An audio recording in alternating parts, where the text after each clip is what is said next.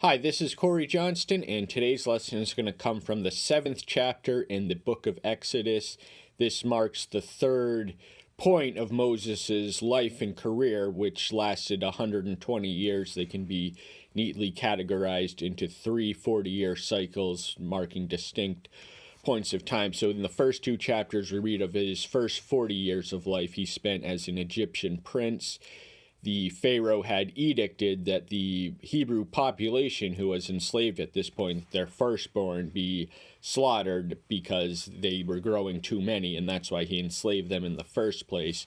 But this one boy whose name is Moses is sent adrift on a wicker basket, and sent adrift on the Nile River, and who should notice him but Pharaoh's daughter, who adopts him. And it's not until the second chapter that he has a revelation that he's been a Hebrew the entire time. So he spent his first 40 years. Then the next 40 years really begin in the third chapter. We find him as a shepherd in Midianite. These were people of Abrahamic descent from whom at least his original wife came from. I also believe he was married to an Ethiopian and maybe a few others. But in any case, he became a shepherd during that 40-year point. And in the third chapter, we read of a visitation, revelation, not of his own identity, but the identity of the Elohim of the patriarchs of Abraham, Yahweh. He reveals himself by that name in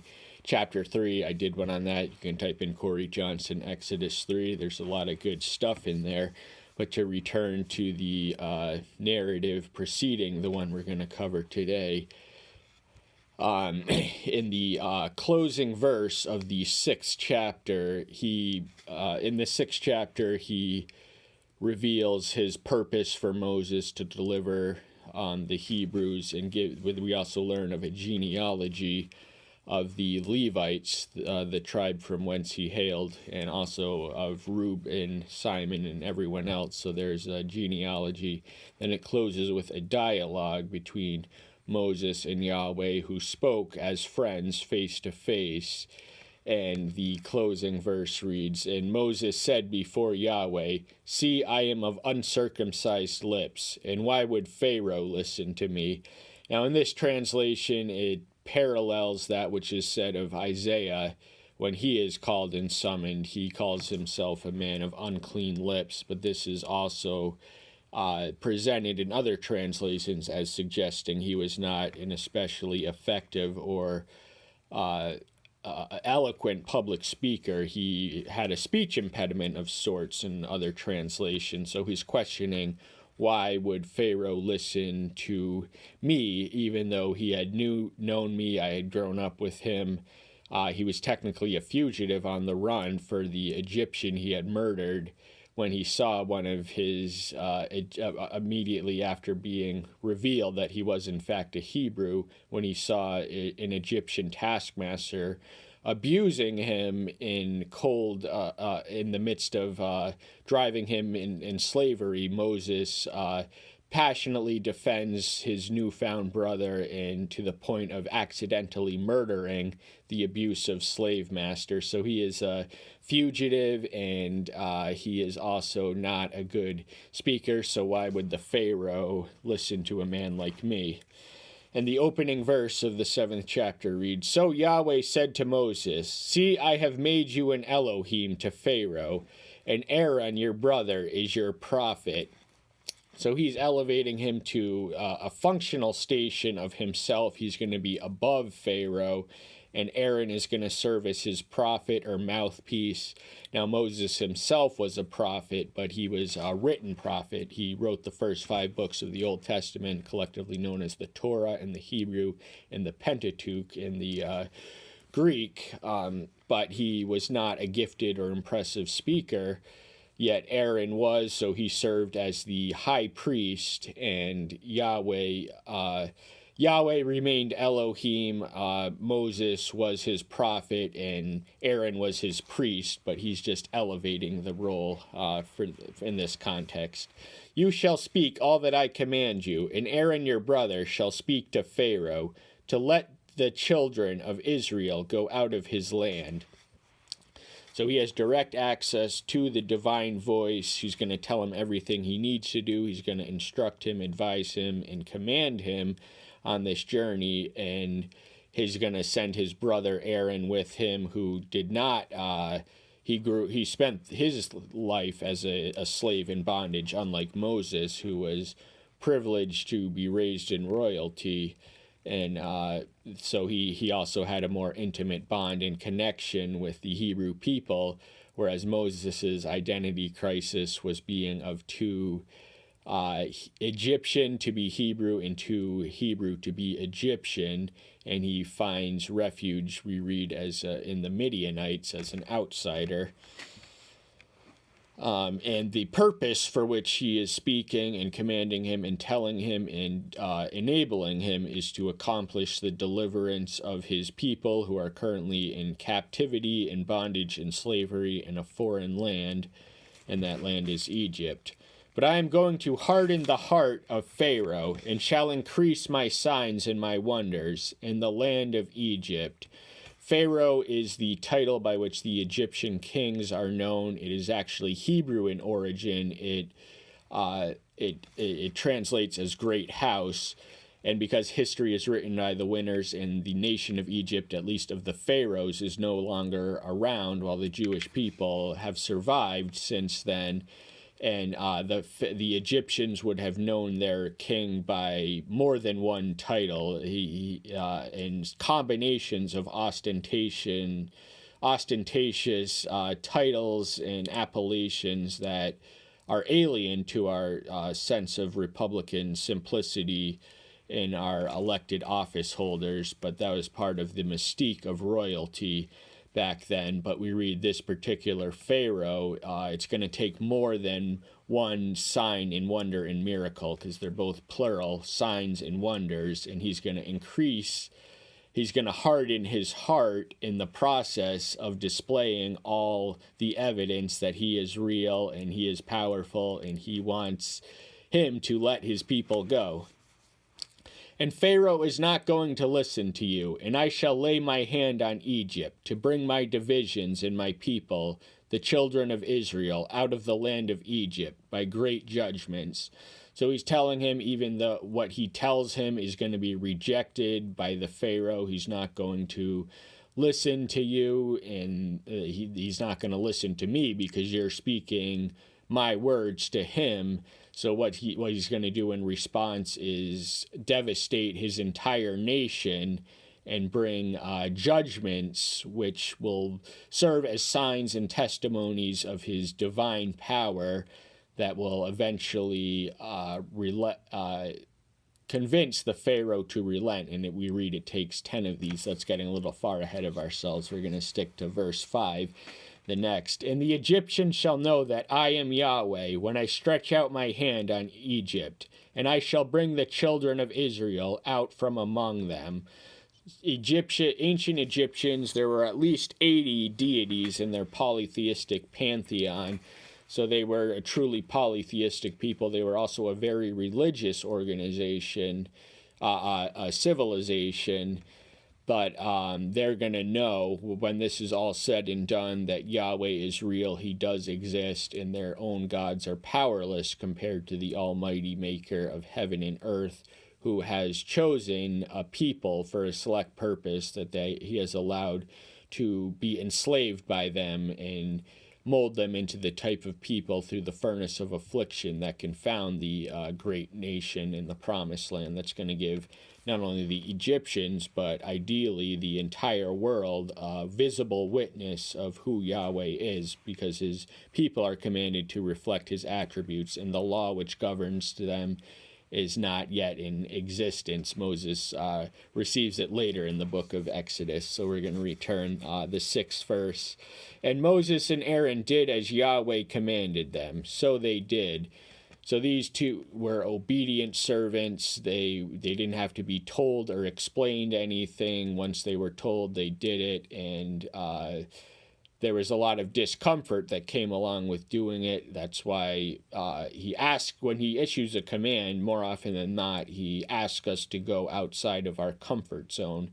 But he is the Father of all comfort, we read in the first chapter of the second book of Corinthians, and he can comfort us in any situation, no matter how discomfortable it might be to our natural inclinations. His comfort is sufficient. Whether we abase or abound, we can abide in his comfort. Now Moses was 80 years old, and Aaron 83 years old, when they spoke to Pharaoh. So Moses, as we already mentioned, this is the beginning of the third phase of his career, which breaks down into 3 40-year periods: Egyptian prince, Midianite shepherd, and now deliverer of his people. He was 80 years old. And Aaron was 83 years old, which is odd because Moses was the firstborn, and as such, he would have been the one to be drowned. But I might have to reread the first chapter of Exodus to correct the assumption that's in my mind right now that Moses was the firstborn. Here we just read that he is younger than his brother Aaron, but in any case, that's a project for the future. Now we got to stick to the task at the present. And Yahweh spoke to Moses and to Aaron, saying, When Pharaoh speaks to you, saying, Show a miracle for yourselves, then you shall say to Aaron, Take your rod and throw it before Pharaoh, and let it become a serpent. So he's anticipating in advance and giving them all the information they need to know when they present themselves to the Pharaoh. He's going to require or demand a miracle as evidence of the power of the God who instills in them the effrontery to approach him with the request to let the entire enslaved people around whom your entire economy depends and revolves around to just get up and go and become their own nation elsewhere, just have nothing more to do with them, at least as masters and slaves.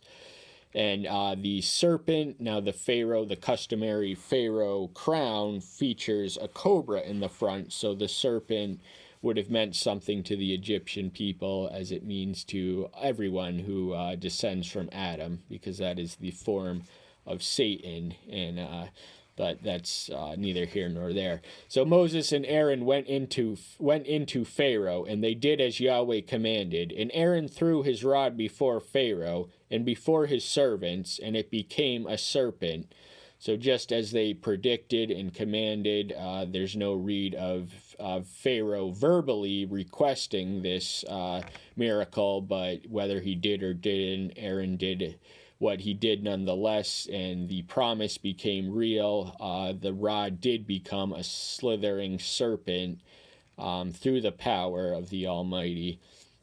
But Pharaoh also called the wise men and the practicers of witchcraft, and they, the magicians of Egypt, and they did with their magic. So these were the religious authorities that Pharaoh would have had at his disposal. These practices were expressly forbidden in the presence of the land of Israel. Witchcraft is likened to the sin of rebellion in 1 Samuel, somewhere in 1 Samuel, and the practice of magicians is summoning up spirits or just nonsense that's bogus, but these were the customary religious disciplines as observed by pagan, polytheistic, idolatrous civilizations.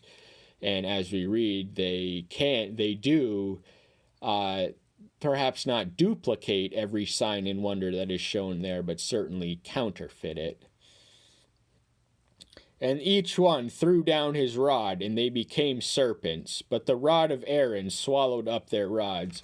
So even though they equaled him in the performance of their feat, they had enough within them to turn their rods, or at least make them appear to turn into serpents. But the equality is diminished when we read of the superiority of Aaron's serpent. The serpent which came from Aaron's staff swallows the counterfeit serpent, so his dominance is clearly established. And Pharaoh's heart was hardened, and he did not listen to them, as Yahweh had said. he said he was going to harden his heart throughout the process the entire time. And the Pharaoh is really the standard in the model, the unnamed Pharaoh of the book of Exodus, the one to whom ultimately their deliverance came under. He was stubborn as a mule. He was the standard of hard-heartedness. He endured and inadvertently inflicted great injury on his own land and people, and it finally touched him when the 10th and final plague was the death of the firstborn son. That's when he finally relents. But even after that, he wants them back, so he chases them on chariot, and Yahweh makes a passageway through the Red Sea that the Israelites walk safely across. By the time the Egyptian chariots and horses get there, they're swallowed in it, and they are henceforth free for a while at least. And Yahweh said to Moses, "The heart of Pharaoh is hard. He refuses to let the people go. Because his heart was hard, he was stubborn and obdurate and obstinate in his opposition to Yahweh, who had told him through his servant, his mouthpiece, that he was to free the enslaved people. And that is why he did not let him go, even it was going to take more than one miracle, as we already read. So there are a total of 10 plagues. The first 2 or 3 come in the chapter we'll be covering, so we're going to get back to that. Go to Pharaoh in the morning as he goes out to the water, and you shall stand by the river's bank to meet him, and take in your hand the rod which you turned into a serpent. So these are instructions, the meaning of which and purpose of which we're going to learn as we read. And you shall say to him, Yahweh the Elohim of the Hebrews has sent me to you, saying, Let my people go, so that they serve me in the wilderness. But see, until now you have not listened. So he's telling him what to tell Pharaoh. He's telling him to let his people go, to worship him in the wilderness. That would have been the desert in biblical terminology. And you haven't listened to this point because you are a hard-hearted man who is stubborn and does not want to do what this divine voice, this actual authentic divine voice, was telling him to do. Now, the pharaohs were raised and conditioned to believe in be living deities in their office and role. So he had a god complex that refused to submit and surrender to the real, the only, the true, and the living God, who is performing all these wonders that he is not being changed by. Thus said Yahweh, by this you know that I am Yahweh. See, I am striking the waters which are in the river with the rod that is in my hand, so that they shall be turned into blood. The Nile was of central significance to the Egyptian civilization. Really, the inhabitable lands of the country of Egypt is not as wide as the map of the modern country. It was really desert, mostly desert, but around this river that ran 4,000 miles long, and even the ancient Egyptians could not identify the source from which it came.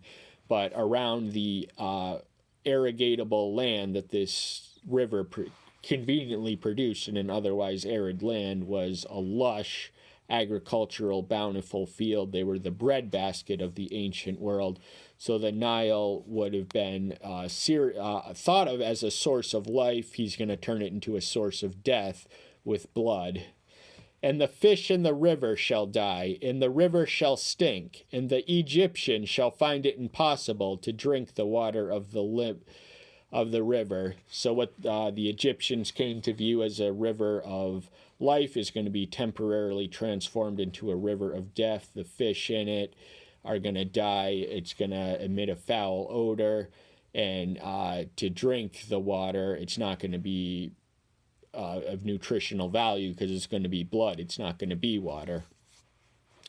And Yahweh spoke to Moses, say to Aaron, take your rod and stretch out your hand over the waters of Egypt, over their streams, over their rivers, over their ponds, and over all their pools of water, that they become blood.